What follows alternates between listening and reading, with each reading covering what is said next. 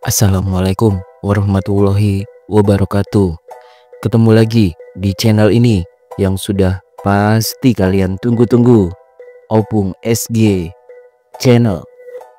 Sebuah usaha atau bisnis sejatinya harus dilakukan dengan jujur dan harus mau memperbaiki diri ketika usahanya dinilai masih ada kekurangan. Seperti halnya dengan 4 selebritis Indonesia berikut ini yang malah dituding suka menjatuhkan usaha orang.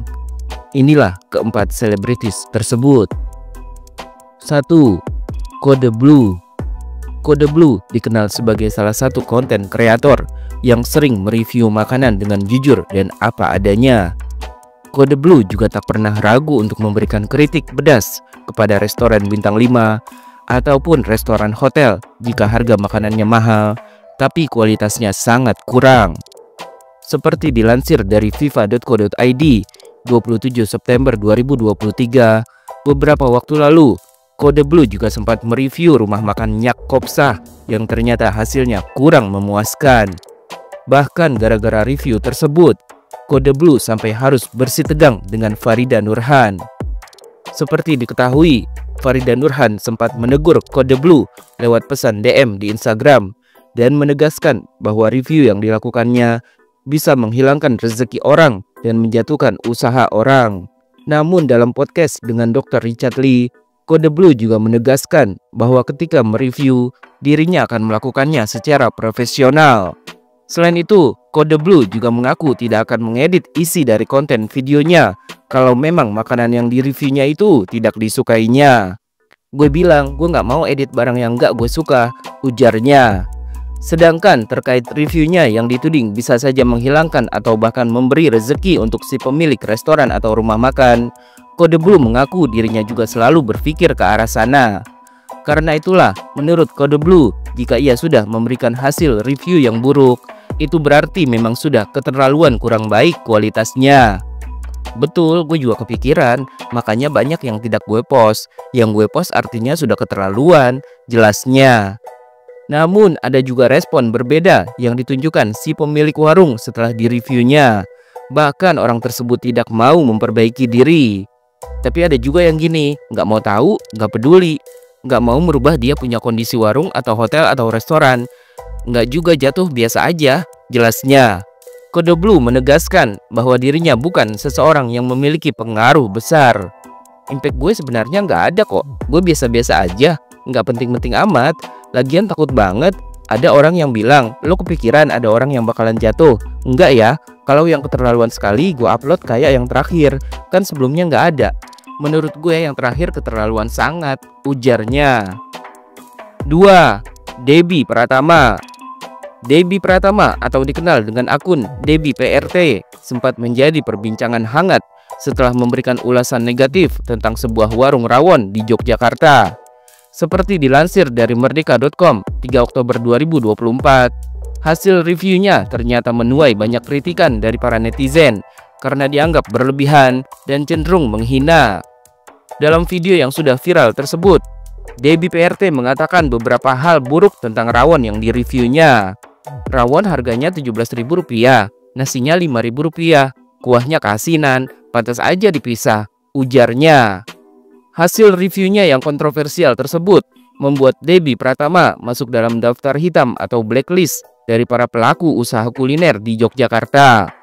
Kami pelaku usaha F&B Jogja sepakat untuk blacklist @Debbie PRT. Dalam bisnis, risiko keuangannya besar. Membangun usaha tidaklah mudah, bisa berujung pada hutang. Di bawahnya ada karyawan yang mungkin sedang mencicil motor. Kelebihan yang kamu miliki bukan untuk merusak usaha orang lain.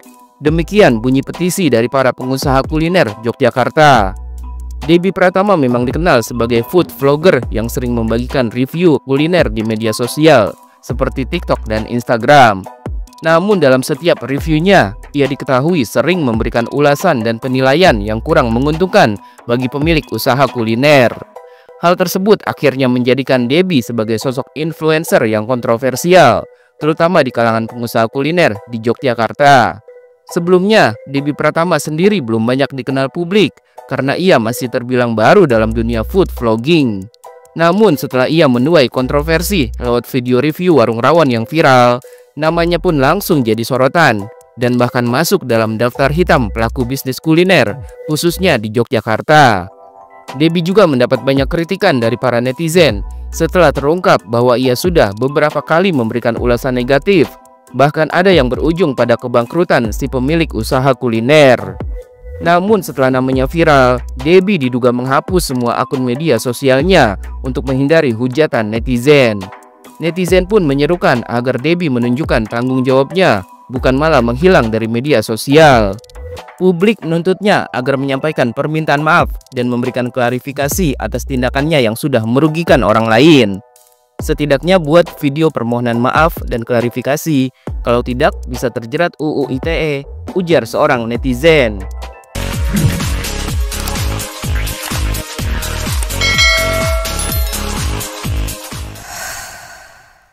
Tiga, Tashi Atasya. Belum lama ini, media sosial dihebohkan dengan ulasan makanan yang direview oleh Tashi Atasya.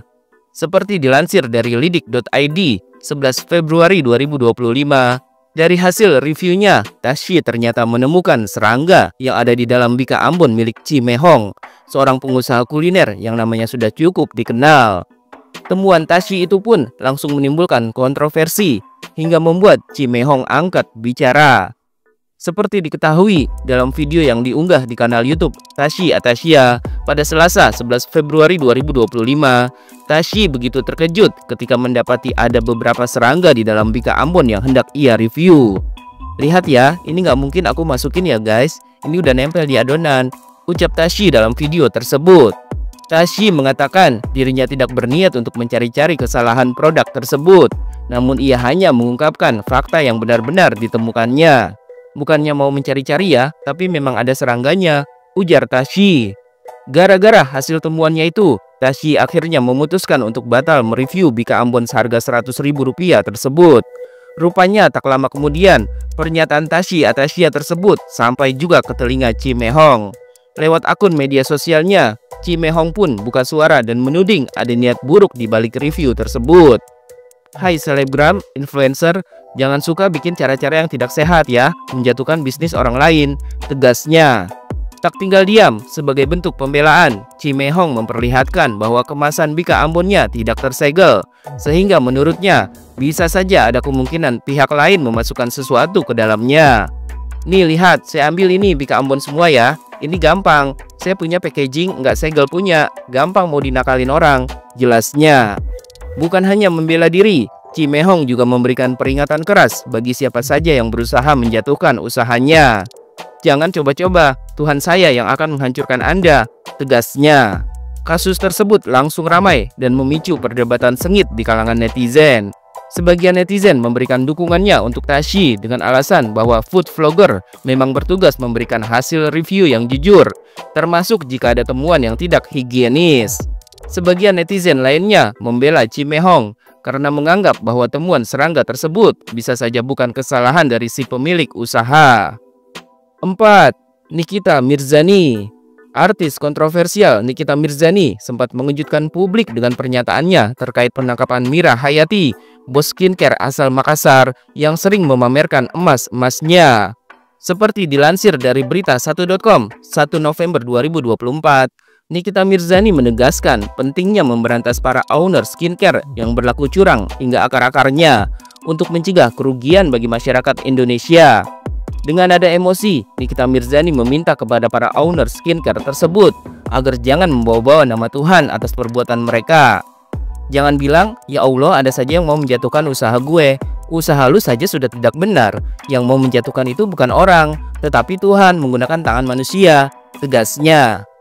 Sementara itu, seperti dilansir dari ntvnews.id 11 Februari 2025, polisi akhirnya memberikan keterangan terkait kasus yang dilaporkan oleh Dr. Reza Gladys pada tanggal 3 Desember 2024 lalu terkait tindak pidana pencucian uang atau pemerasan dan ITE. Reza Gladys melaporkan Nikita Mirzani karena dianggap sudah melakukan pemerasan sebesar 5 miliar rupiah melalui Mail, sahabat dekatnya, sebagai uang tutup mulut yang Nikita minta. Kombes Pol Ade Arisyan Indradi selaku Kabid Humas Polda Metro Jaya mengungkapkan bahwa laporan Reza Gladys sudah naik ke tahap penyidikan. Perlu kami laporkan bahwa saat ini tahapan prosesnya adalah sudah dalam tahap penyidikan, ungkap Ade Ari pada tanggal 11 Februari 2025 lalu. Selain itu, polisi juga sudah memeriksa 10 orang saksi dan mengamankan barang bukti dari pelapor, antara lain berupa 2 buah flash disk, 1 bundel bukti screenshot percakapan via WhatsApp, print out bukti transfer, print out bukti transaksi, salinan lembar kwitansi pembayaran, dan handphone. Ade Ari pun menceritakan kronologi laporan di mana Dr. Reza Gladys mengaku merasa ketakutan dengan ancaman dari NM.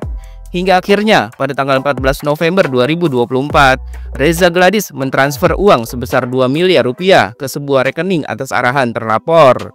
Sehari kemudian, atas arahan NM, Reza Gladys kembali memberikan uang tunai sebesar 2 miliar rupiah, sehingga total kerugian yang dialaminya sebesar 4 miliar rupiah. Selain dilaporkan oleh Reza Gladys, Nikita Mirzani juga berseteru dengan owner skincare Sheila Saukia. Seperti dilansir dari indonesiainsider.id 26 Januari 2025, Nikita Mirzani mengaku setuju jika bisnis milik Sheila Saukia hancur karena menurutnya Sheila sudah melakukan penipuan. Padahal menurut Nikita, dirinya tidak pernah bermaksud menghancurkan bisnis owner skincare yang curang. Nggak ada, memang harus hancur bisnisnya karena dia nipu itu, kejahatan itu, tegas Nikita Mirzani.